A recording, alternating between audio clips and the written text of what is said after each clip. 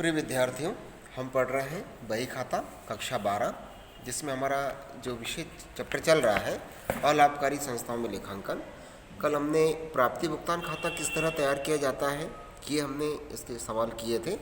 अब हम जो है इसमें कुछ गणना है वो गणना भी करना पड़ती है। जैसे यहाँ पर हमारे पास जो प्रश्न है उसमें एग्जाम्पल नंबर 5 का क्वेश्चन हमने लिया है। इसमें 31 मार्च 2018 को समाप्त वर्ष के लिए प्राप्ति भुगतान खाते के अनुसार, मतलब प्राप्ति भुगतान खाते से जानकारी हमें प्राप्त हुई है।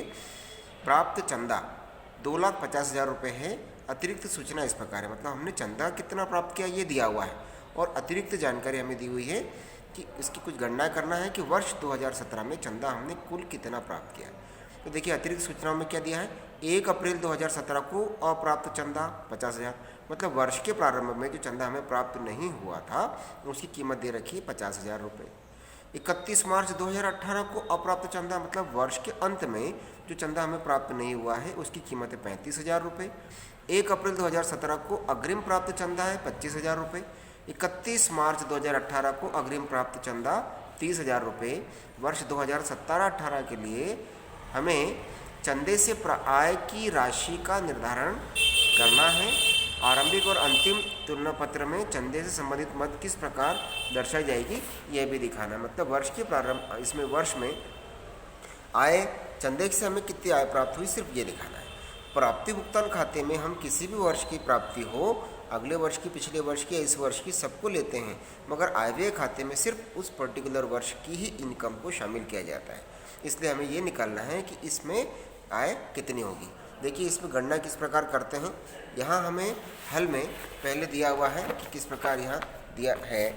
तो विवरण इसमें है, प्राप्ति और भुगतान खाते के अनुसार प्राप्त चंदा। प्राप्ति भुगतान खाते के अनुसार हमें कितना चंदा प्राप्त हुआ है, 2,50,000 रुपये, वो लिखा हुआ है।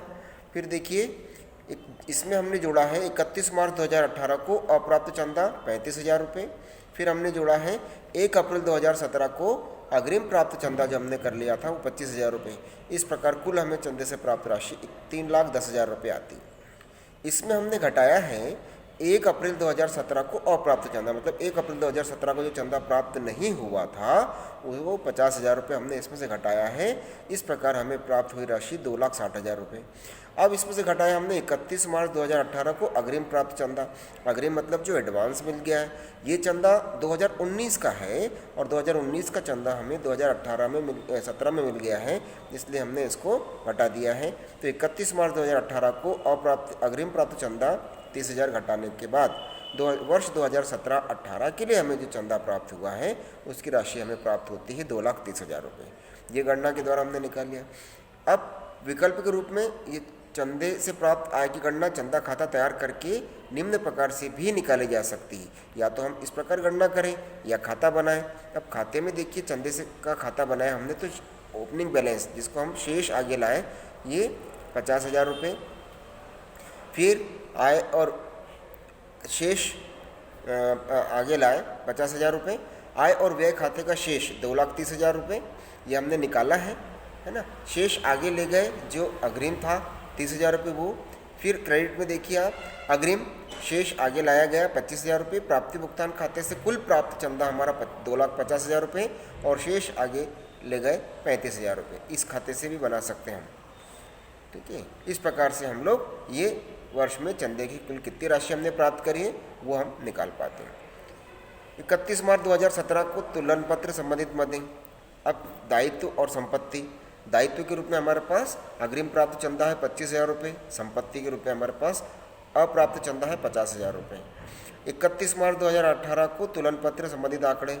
दायित्व में हमारे पास अग्रिम प्राप्त चंदा है ये 30,000 रुपये और संपत्तियों में अप्राप्त चंदा है 35,000 रुपये। इस प्रकार हम गणनाएं करते हैं। तो हमारे लिए यहाँ गणना के अलग अलग तरीके हैं, मगर यदि हम जैसा भी सुविधाजनक लगे हमें, हम गणना कर सकते हैं। यदि अकाउंट बनाकर भी कर सकते हैं इसमें गणना, क्योंकि हमें सिर्फ कुल कितनी हमारी चंदे से आय प्राप्त हुई है ये राशि निकालना है।